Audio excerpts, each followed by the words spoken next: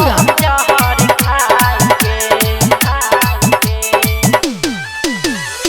सुना गे छहरी काहे तू दलही, सुना गे छहरी काहे तू दलही, आ जान प्यार में हमरा भुलाई गे।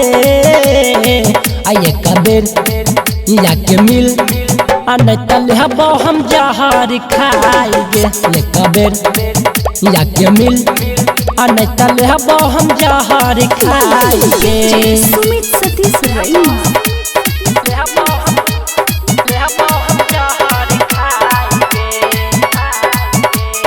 Mix by Balbhadra Singh.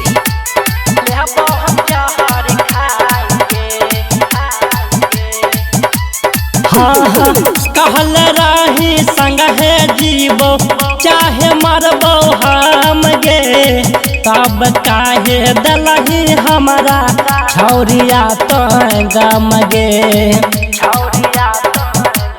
हाँ कहल रही संग है जीवो चाहे मरबो हम गे, तब काहे दलही हमारा छौरिया तो गम गे।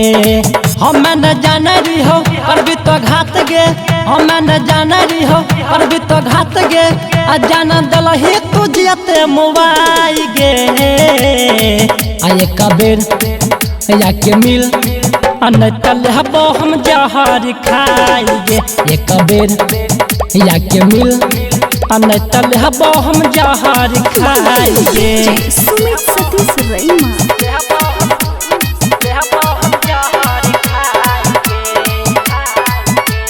Presented by PM Recording Studio, Alamnagar, Kharagpura.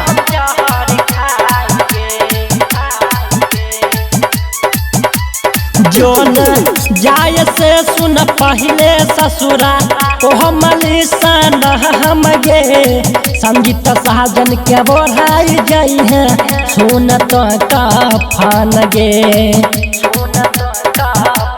जोन जाय से सुन पहले ससुरा ओ हमली सन हम गे, राइटर गोलू के बढ़ाई जाई है सुन तो कफन गे।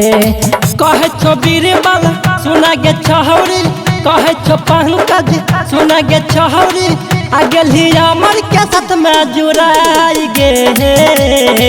आये कबेर याके मिल आ नहीं तले हबो हम जहर खाएगे।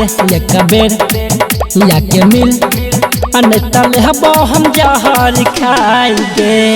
सुना गे छहरी काहे तू दलही, सुना गे छहरी काहे तू दलही, आ जान प्यार में हमरा भुलाई गे। आये कबेर याके मिल आ नहीं तले हबो हम जहर खाएगे। ये कबेर याके मिल आ नहीं तले हबो हम जहर खाएगे।